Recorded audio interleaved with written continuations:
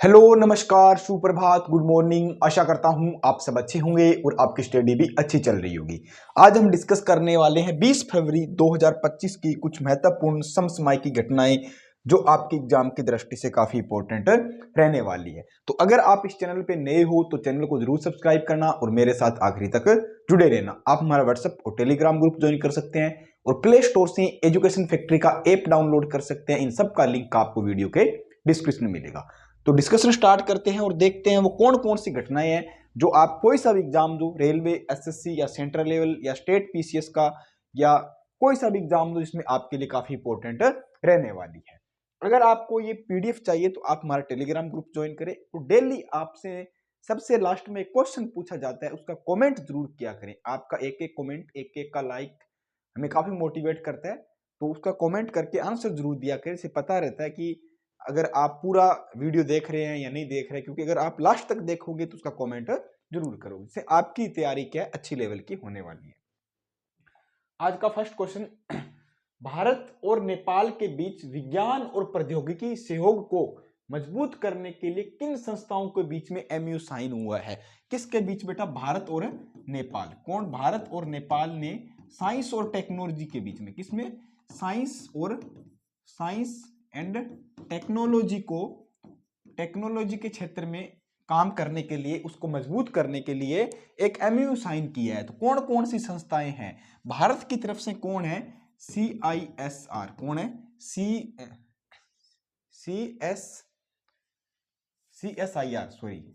CSIR। Bharat की तरफ से कौन है? CSIR। इंडिया की तरफ से है ये। और नेपाल की तरफ से कौन सी संस्था है? NATC। नेपाल की तरफ से क्या है? NATC। ये क्या है?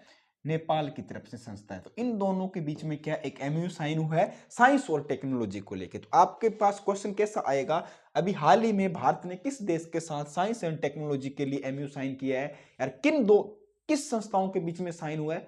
क्वेश्चन किसी भी तरह आपके सामने आ सकता है। तो CSIR प्लस NAT के बीच में समझौता हुआ है। ऑप्शन बी हमारा राइट होने वाला है। अब देखते हैं इसके बारे में थोड़ा डिटेल से।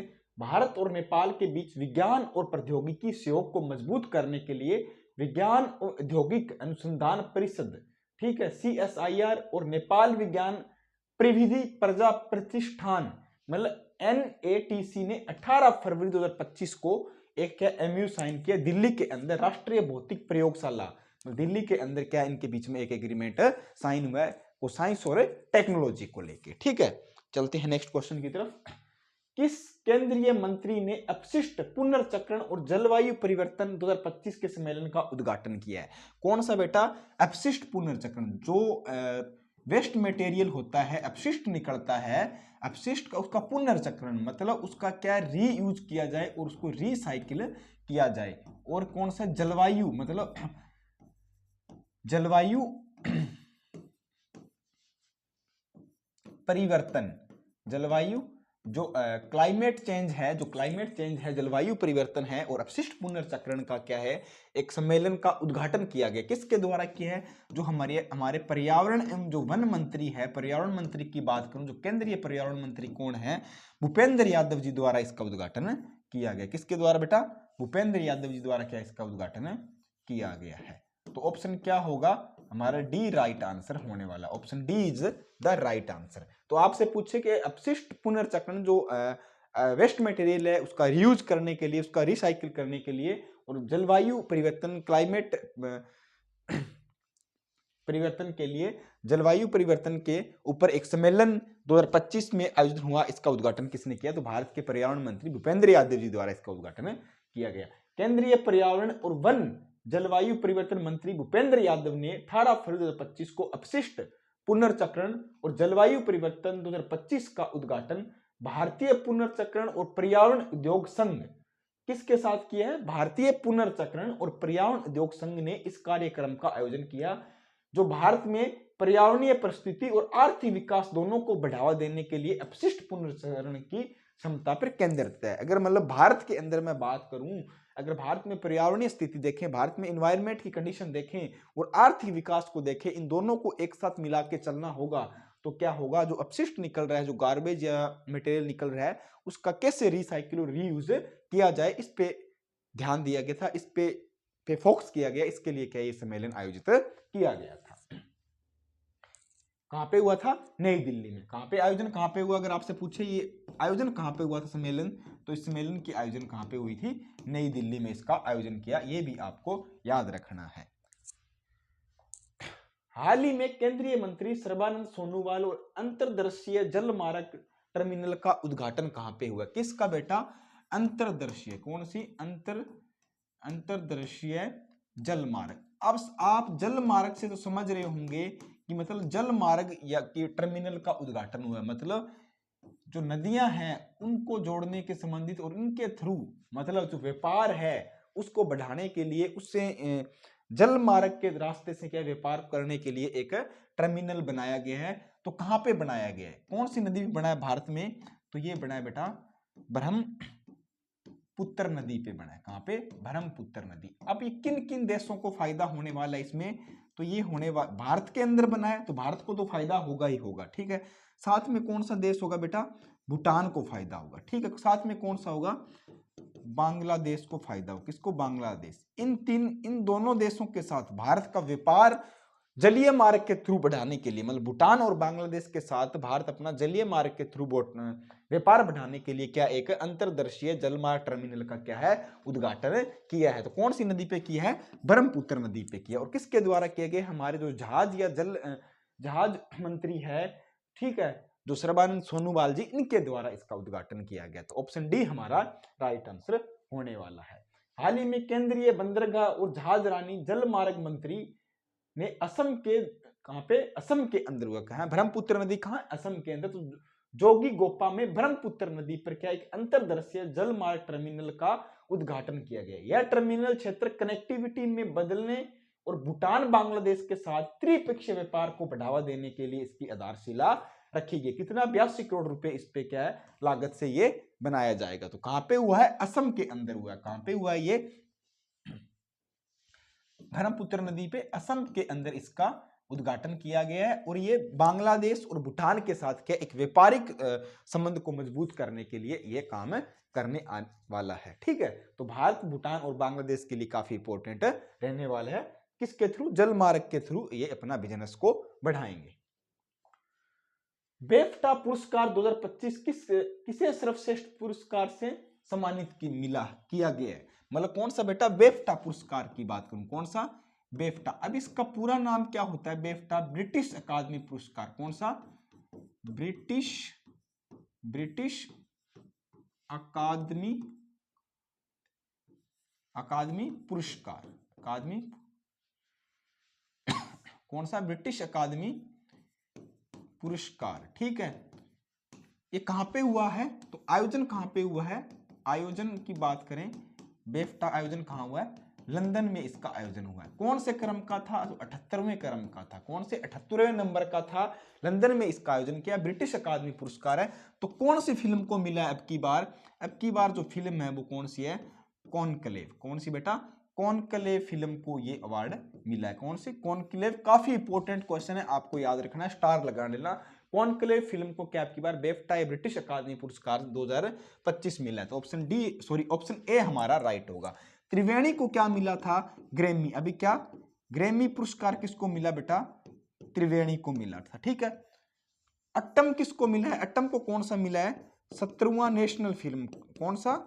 17वां नेशनल फिल्म अवार्ड। 17वां नेशनल फिल्म क्या है अवार्ड किसको मिला है? अट्टम को मिला है। ओपनहाइमर को क्या मिला था? ओपनहाइमर के बारे में लिखो। ओपनहाइमर को क्या मिला था अब की बार? ओपनहाइमर को क्या मिला था? ऑस्कर मिला था। क्या? ऑस्कर 2024 किसको मिला था? ओपनहाइमर को मिला था। ऑस्कर 2024 किसको? सॉरी, ऑस्कर 2024 किसको मिला था? ओपनहाइमर को मिला। अट्टम किसको? अट्टम फिल्म को क्या मिला है? 17वां नेशनल फिल्म पुरस्कार मिला है। त्रिवेणी को क्या मिला है? ग्रैमी पुरस्कार मिला है। और कॉनक्लेव को क्या है? ब्रिटिश अकादमी पुरस्कार बेफ्टा पुरस्कार 2025 से क्या है सम्मानित किया गया। और 78वें क्रम था, लंदन के अंदर इसका आयोजन किया गया। तो क्वेश्चन काफी इंपॉर्टेंट है, आपको कहीं ना कहीं जरूर देखने को मिलेगा। ऑप्शन ए हमारा राइट होगा। 2025 बाफ्टा अवार्ड्स में कॉन्क्लेव के सर्वश्रेष्ठ फिल्म पुरस्कार मिला है। फिल्म एडवर्ड बर्ज द्वारा निर्देशित है। इसके निर्देशक कौन है? एडवर्ड बर्ज। कौन है इसके निर्देशक? एडवर्ड बर्ज क्या है इसके निर्देशक है। और राल्फ फिनेस और स्टेनली टुची अभिनीत, मतलब इसके अभिनेता और अभिनेत्री कौन है? राल्फ फिनेस और स्टेनली टुची है। वेल्ट्री थ्रिलर है, वेटिकल थ्रिलर, जो कि रॉबर्ट हैरिस उपन्यास पे आधारित है। किस पे? वेटिकन थ्रिलर और रॉबर्ट हैरिस के उपन्यास पे क्या ये आधारित है, जिसमें क्या 4 सर्वश्रेष्ठ क्या होते हैं, कुल 4 पुरस्कार जीते हैं इसने। कितने? 4 जीते हैं। सर्वश्रेष्ठ ब्रिटिश फिल्म का अवार्ड जीता है, सर्वश्रेष्ठ संपादन का अवार्ड जीता है और सर्वश्रेष्ठ स्क्रिप्ट का भी इन्होंने क्या अवार्ड है, इस फिल्म ने क्या है जीता है। ब्रिटिश अवार्ड जीता है इसने, संपादन का और स्क्रिप्ट का अवार्ड भी क्या इसी फिल्म ने जीता है। तो आपसे पूछा जाएगा कि 2025 का बाफ्टा ब्रिटिश फिल्म अवार्ड किसको मिला है? कॉन्क्लेव को मिला है। ओपेनहाइमर 2024 की ऑस्कर थी, 70वीं नेशनल फिल्म अवार्ड था और त्रिवेणी के ग्रैमी पुरस्कार अवार्ड मिला था। क्वेश्चन नंबर 5, अभी हाल ही में भारतीय बीमा विनिमय और विकास प्राधिकरण की बीमा ट्रीटी के तहत तो कौन सी पहल प्रारंभ हुई है? कौन सी बेटा? बीमा, बात करूं कौन सी? बीमा ट्रिनिटी। बीमा ट्रिनिटी मतलब इसके अंदर बीमा की क्या 3 नई चीजें शुरू की गई। वो 3 नई चीज कौन कौन सी है? पहली तो है बीमा सुगम। बीमा सुगम मतलब बीमा को क्या सरल बनाना है। सुगम मतलब बीमा को क्या सरल, सुगम बीमा सरल बनाना है। दूसरी कौन सी है? बीमा विस्तार। बीमा विस्तार है। तीसरी कौन सी है? बीमा वाहक। कौन है? बीमा वाहक। तो 3 चीजों इन्होंने शुरू किया। सुगम का मतलब बीमा को सरल बनाते हैं, बीमा विस्तार मतलब दुर्घटना है, जीवन बीमा है, कार बीमा है, या जितनी भी तरह के बीमा इंश्योरेंस है उनके हर क्षेत्र में बीमा आपका होना चाहिए। और चौथा क्या है? बीमा वाहक। तीसरा क्या है? बीमा वाहक। तो इन्होंने, किसने? ये भारतीय बीमा विनिमय विकास प्राधिकरण ने क्या है, बीमा ट्रिनिटी के तहत कितनी पहल स्टार्ट किए? 3 पहल स्टार्ट किए। कौन सी? बीमा सुगम, बीमा विस्तार, बीमा वाहक। ऑप्शन डी हमारा इसका क्या राइट आंसर होने वाला। Option D is the right answer. भारतीय बीमा विनियामक और विकास प्राधिकरण इरडा ने हाल ही में बीमा ट्रिनिटी के पहल शुरू किया, जिसमें बीमा सुगम, बीमा विस्तार और बीमा वाहक शामिल है। यह पहल बीमा उत्पादकों को अधिक सुलभ और किफायती बनाने के उद्देश्य से शुरू किया। मतलब इसका उद्देश्य क्या है? जो बीमा करवाते हैं जो लोग हैं उनको क्या, उनके लिए सरल आसान सुविधा मिले और हर क्षेत्र में क्या है वो बीमा करा सकते, जिसमें वो करना चाहते हैं, चाहे दुर्घटना बीमा हो, चाहे इंश्योरेंस, कौन सा लाइफ का इंश्योरेंस हो उनका, या किसी गाड़ी का इंश्योरेंस हो, किसी भी तरह का अगर इंश्योरेंस कराना चाहते हैं वो करा सकते हैं। बीमा वाहक हो, बीमा सुगम हो, बीमा विस्तार हो। इसके लिए क्या, किसने? बीमा भारतीय बीमा विनियामक और विकास प्राधिकरण ने क्या, इरडा ने क्या ये नई पहल शुरू की है। हाल ही में सकारात्मक डोपिंग परीक्षण के बाद 3 महीने का प्रतिबंध झेलने वाले जेनिक सिनर का संबंध किससे है? तो जेनिक सिनर कौन है बेटा? जेनिक, क्वेश्चन काफी इंपॉर्टेंट है क्योंकि जेनिक सिनर को लेके इंपॉर्टेंट हो गया, ऐसे तो इंपॉर्टेंट नहीं हो सकता था। तो जेनिक सिनर क्या है? एक टेनिस खिलाड़ी। कौन है? टेनिस खिलाड़ी। कहाँ के हैं? इटली के हैं। कहाँ के हैं? इटली के ये खिलाड़ी हैं। अब इन पे क्या है, एक डोपिंग को लेके, डोपिंग मतलब क्या होते हैं कि मतलब कुछ ऐसी दवाइयां, कुछ ऐसे नशीले पदार्थ जिनका ये सेवन कर लेते हैं, उसके बाद खेलने जाते हैं तो इनका क्या है, मेडिकल चेकअप होता है। तो अगर ये उनमें कुछ में ड्रग्स वगैरह, कुछ ऐसी नशीली दवाइयां, कुछ नशीले पदार्थ खाए हुए पाए जाते हैं तो क्या है, वो इनको खेल से बाहर कर दिया जाता है और उन पे क्या है, चार्ज लगाया जाता है डोपिंग का। ठीक है, तो अभी क्या जेनिक सिनर पे क्या डोपिंग का चार्ज पाया गया, उनको क्या 3 माह के लिए, कितने? 3 माह के लिए क्या खेल से प्रतिबंध कर दिया। 3 माह के लिए क्या उनको प्रतिबंध कर दिया, 3 माह तक ये खेल नहीं सकते। ठीक है, तो कौन सी एजेंसी है? जैसे एक तो बेटा वाडा, मतलब वर्ल्ड डोपिंग एजेंसी। कौन सी है? वाडा। ठीक है, विश्व डोपिंग एजेंसी की मैं बात करूं, इसका मुख्यालय कहाँ पे है? कनाडा में। ठीक है, ये सब पे लगा सकती है। जैसे जो इंटरनेशनल लेवल के गेम होती है तो वो उनका निरीक्षण, उनकी जांच कौन कर सकती है? वाडा करती है, तो उन पे क्या ये प्रतिबंध लगा सकती है। एक है वाडा। भारत के अंदर क्या है? नाडा। कौन सी बेटा? नाडा, मतलब नेशनल डोपिंग एजेंसी। भारत में क्या? नेशनल डोपिंग एजेंसी नाडा है। तो इसका मुख्यालय कहाँ पे है? नई दिल्ली में। अगर भारत के अंदर किसी खिलाड़ी पे डोपिंग का चार्ज लगाएगी तो कौन लगाएगी? नाडा लगाएगी। और विश्व लेवल जैसे ओलंपिक वगैरह ऐसे खेल होते हैं, इन पे किसी कैंडिडेट पे डोपिंग का चार्ज या इसकी जांच है वो पाएगी तो कौन जांच करेगा? वो करेगा वाडा करेगा। तो हाल ही में किस पे हुआ है? जेनिक सिनर पे हुआ है। इनका संबंध इटली से है और ये एक टेनिस खिलाड़ी है। ऑप्शन बी हमारा राइट आंसर होने वाला। Option B is the right. Jannik Sinner विश्व के नंबर 1 टेनिस खिलाड़ी है, जिन पर हाल ही में डोपिंग के कारण 3 महीने के क्या है? प्रतिबंध लगा दिया। मतलब 3 महीने ये अब टेनिस नहीं खेल सकते। हाल ही में किस देश ने राजनीतिक संबंधों की 75वीं वर्षगांठ पर प्रसिद्ध तमिल कवि थिरुवल्लुवर की प्रतिमा का अनावरण किया है? तो कौन सा देश है बेटा? मतलब किस देश के साथ? भारत प्लस कौन सा? फिलीपींस। भारत प्लस कौन सा बेटा? फिलीपींस देश की क्या है? 75वीं वर्षगांठ है। कौन सी है? इन दोनों की देश की कौन सी है? 75वीं वर्ष गांठ। कौन सी? 75वीं वर्षगांठ है। ठीक है, इस पे क्या है? इन्होंने एक प्रतिमा का अनावरण किया। किसकी प्रतिमा है? प्रतिमा की मैं बात करूं, तमिल कवि की है। तमिल कवि कौन है? तमिल कवि की प्रतिमा का अनावरण किया, जिनका नाम क्या है? जिनका नाम क्या है?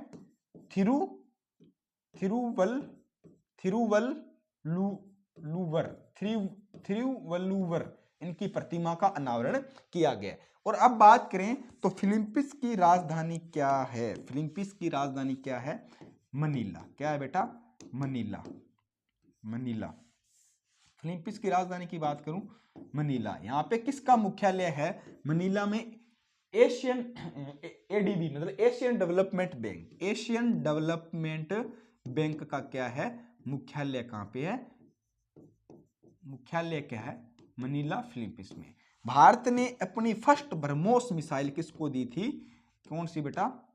ब्रह्मोस मिसाइल कौन से देश को दी थी?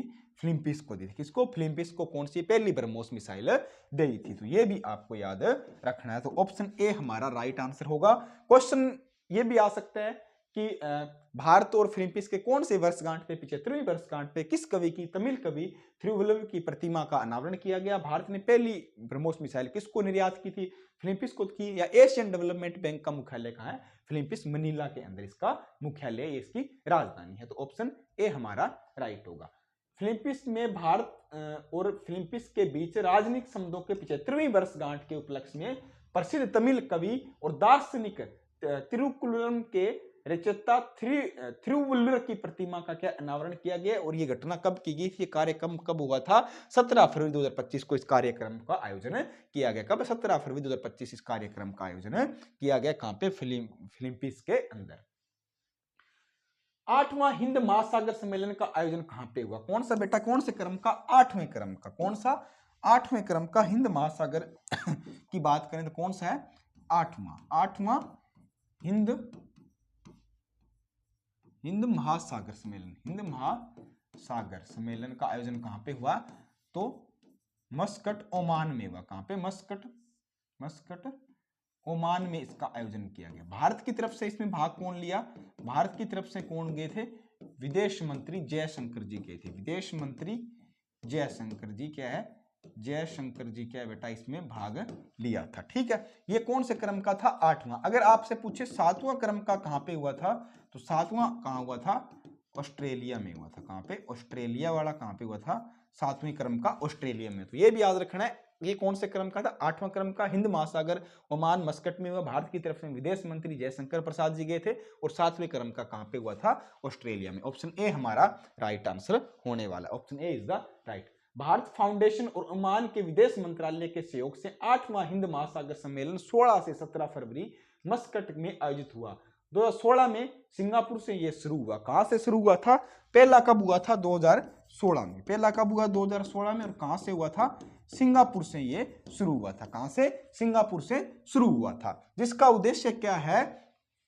क्षेत्रीय सहयोग को बढ़ावा देना है, मतलब क्षेत्रीय सहयोग को बढ़ावा देने के लिए शुरू किया गया और समुद्री साझेदारी को मजबूत करने के लिए कार्यक्रम शुरू किया। क्षेत्रीय सहयोग और समुद्री साझेदारी है, इसको कार्यक्रम को मजबूत करने के लिए किया गया। इसमें महासागर व्यापार सुरक्षा के लिहाज से किया गया। हिंद महासागर के अंदर कोई व्यापार करना चाहता है और उसकी सुरक्षा से संबंधित क्या है, ये हर इसका आयोजन किया जाता है। 2016 में इसका आयोजन हुआ, पहला सिंगापुर में हुआ, 7वां ऑस्ट्रेलिया में हुआ, अब की बार ओमान के अंदर आयोजन किया गया था। इसमें क्या है, समुद्री सुरक्षा और समुद्र के व्यापार से लेके क्या इस पे चर्चा की गई। समुद्र की सुरक्षा, समुद्र के व्यापार, आपसी सहयोग और समुद्री साझेदारी को मजबूत करने के लिए इस पे क्या है, चर्चा हुई थी।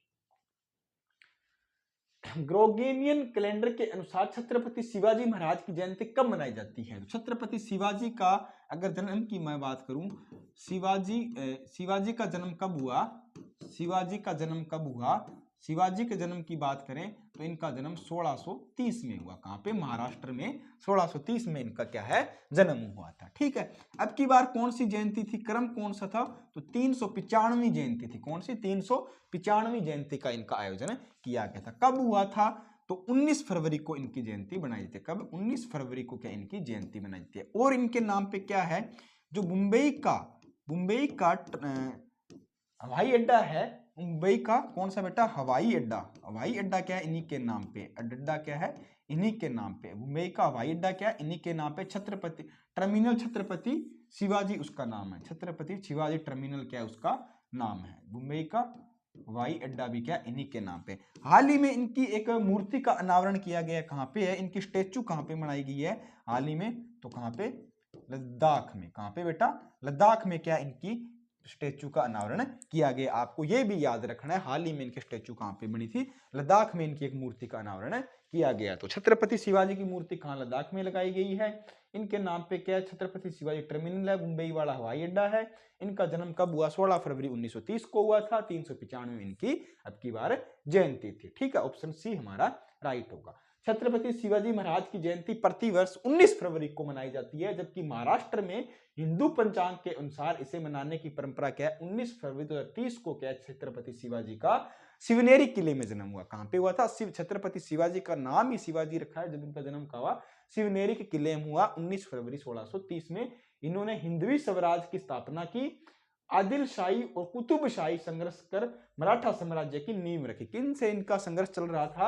आदिल शाही और कुतुबशाही से इनका संघर्ष चल रहा, और मराठा साम्राज्य की नींव की स्थापना किसने रखी? छत्रपति शिवाजी ने रखी। और 16 वर्ष की उम्र में इन्होंने तोरण का किला जीतकर उन्होंने क्या, सैन्य अभियान शुरू कर दिया था। 16 वर्ष की आयु में देखो इन्होंने क्या, तोरण का किला जीत लिया था। ठीक है, तो आपको याद रखना छत्रपति शिवाजी की जयंती कब मनाई जाती है, 19 फरवरी को। मनु भाकर को हाल ही में खेल का उत्कृष्ट के लिए BBC India sports women of year 2024 का अवार्ड दिया गया। इनका संबंध किस खेल से है? तो कौन से बेटा?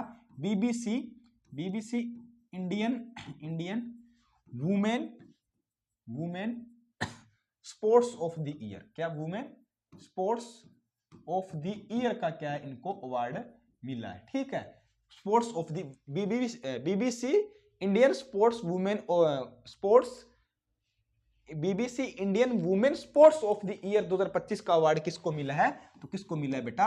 मनु भाकर को। क्या क्वेश्चन काफी इंपॉर्टेंट है, आपके एग्जाम में आ सकता है। मनु भाकर को मिला है। इन्होंने हाल ही में, इनका संबंध किससे है? निशानेबाजी से। किससे? निशानेबाजी से क्या इसका संबंध है? निशानेबाजी से, इनका निशानेबाजी से संबंध। ये कहां की है? हरियाणा की रहने, हरियाणा की रहने वाली है। इन्होंने हाल ही में क्या, 2 कांस्य पदक जीते हैं। कहां? किसमें? ओलंपिक के अंदर। कहां? ओलंपिक के अंदर। ओलंपिक में क्या, इन्होंने 2 कांस्य मेडल जीते हैं। 10 मीटर राइफल के, एक तो 10 मीटर के अंदर, दूसरा किसमें जीता है इन्होंने? एक सिंगल के अंदर और एक डबल के अंदर 2 कांस्य पदक की जीतने वाली क्या है, ये पहली खिलाड़ी हो गई है जिन्होंने पेरिस ओलंपिक। कौन सा? Paris Olympic. कहां पे? पेरिस में जो अभी ओलंपिक हुए 2024 वाले, उनमें क्या है, इन्होंने 2 कांस्य पदक जीते हैं। ठीक है, निशानेबाजी संबंधित है, हरियाणा की रहने वाली है। BBC Indian women sports of the year 2025 के अवार्ड से क्या इनको सम्मानित किया गया। तो ऑप्शन बी हमारा राइट आंसर होने वाला, option B is the right. तो मनु भाकर को BBC Indian sports women of the year 2025 से क्या सम्मानित किया गया है? 2020 में बीबीसी इंडिया द्वारा शुरू किया गया था। ये कार्यक्रम कब शुरू हुआ? 2020 में शुरू हुआ और 2024 का क्या है, मनु भाकर को दिया गया। इसका उद्देश्य क्या है? भारत में महिला खिलाड़ियों की जो उपलब्धियां हैं उनको क्या प्रोत्साहित करना है। जो भारत में महिला खिलाड़ी हैं इनकी उपलब्धियों को क्या प्रोत्साहित करना है। इसको देख के क्या और भी लड़कियां और भी महिलाएं क्या मोटिवेट हो और वो आगे आए और वुमेन एम्पावरमेंट के लिए एक अच्छा काम है वो इसके लिए क्या BBC sports women of the year award किसको मिला? 2024 का मनु भाकर को। उनका संबंध है निशानेबाजी से। क्वेश्चन 11, भारतीय चार्टर्ड अकाउंटेंट की स्थापना आईसीएआई की स्थापना कब हुई? किसकी? आईसीएआई, इंडियन चार्टर्ड अकाउंटेंट की स्थापना कब हुई थी? तो इसकी स्थापना चर्चा में आने का मेन कारण क्या है, कब हुई थी? तो 1949 में क्या इसकी स्थापना हुई। अब क्या इसके नए अध्यक्ष बनाए गए? चरणजोत सिंह नंदा को क्या इसके नए अध्यक्ष बनाए गए, इसके कारण ये चर्चा में आए। तो ऑप्शन डी हमारा राइट आंसर होने वाला है। तो चरणजोत सिंह नंदा भारतीय चार्टर्ड अकाउंटेंट संस्था के क्या नए अध्यक्ष नियुक्त किए गए। तो इनके नए अध्यक्ष कौन है? चरणजोत सिंह नंदा। आपको याद रखना है इसके नए अध्यक्ष कौन है? चरणजोत सिंह नंदा क्या है इसके नए अध्यक्ष बने। चरणजोत सिंह नंदा क्या इसके नए अध्यक्ष बने। क्वेश्चन ये आ सकता है हाल ही में भारतीय चार्टर्ड अकाउंट संस्था के नए अध्यक्ष कौन बने हैं? चरणजोत सिंह नंदा क्या इसके नए अध्यक्ष बने। इसकी स्थापना कब? 1949 में इसकी स्थापना हुई। इस करके चर्चा में आया है। इसका मेन काम क्या होता है? इसका मतलब ऑडिट, मानक बोर्ड, प्रबंधन लेखा समिति सहित कई महत्वपूर्ण समितियों के अध्यक्ष भी ये रह चुके। मतलब भारतीय चार्टर्ड अकाउंट सीए से आप समझ सकते हो, चार्टर्ड अकाउंट से आप समझ सकते हो इनका मेन कारण क्या होता है? इस संस्था का ऑडिट करना, जितने भी चार्टर्ड से संबंधित या लेन देन होता है उनको क्या है मेंटेन करना और उसके बारे में जानकारी रखना। तो भारतीय चार्टर्ड अकाउंट के नए अध्यक्ष कौन बने? चरणजोत सिंह जी नंदा। और इसकी स्थापना कब हुई? 1949 में। प्रधानमंत्री फसल बीमा योजना शुरू कब हुई? अब आप सोच रहे हो सर ये क्वेश्चन क्यों पूछ रहे हो? तो प्रधानमंत्री फसल बीमा योजना की मैं बात करूं तो ये 18 फरवरी 2016 में शुरू हुई। अभी क्या है इसका कौन सा स्थापना दिवस आया है? तो इसका क्या है 18 फरवरी 2016 को क्या ये शुरू हुई थी। ठीक है, अभी क्या है इसके नौवां स्थापना दिवस। 9 वर्ष क्या है पूर्ण हुए। 9 वर्ष क्या हो गए इसके बेटा? 9 वर्ष क्या हो गए इसके पूर्ण हो गए। इस करके क्या है ये चर्चा में आई है। कितने वर्ष? 9 वर्ष क्या इसके पूर्ण हुए। हाल ही में 18 फरवरी 2016 में इसकी स्थापना हुई थी।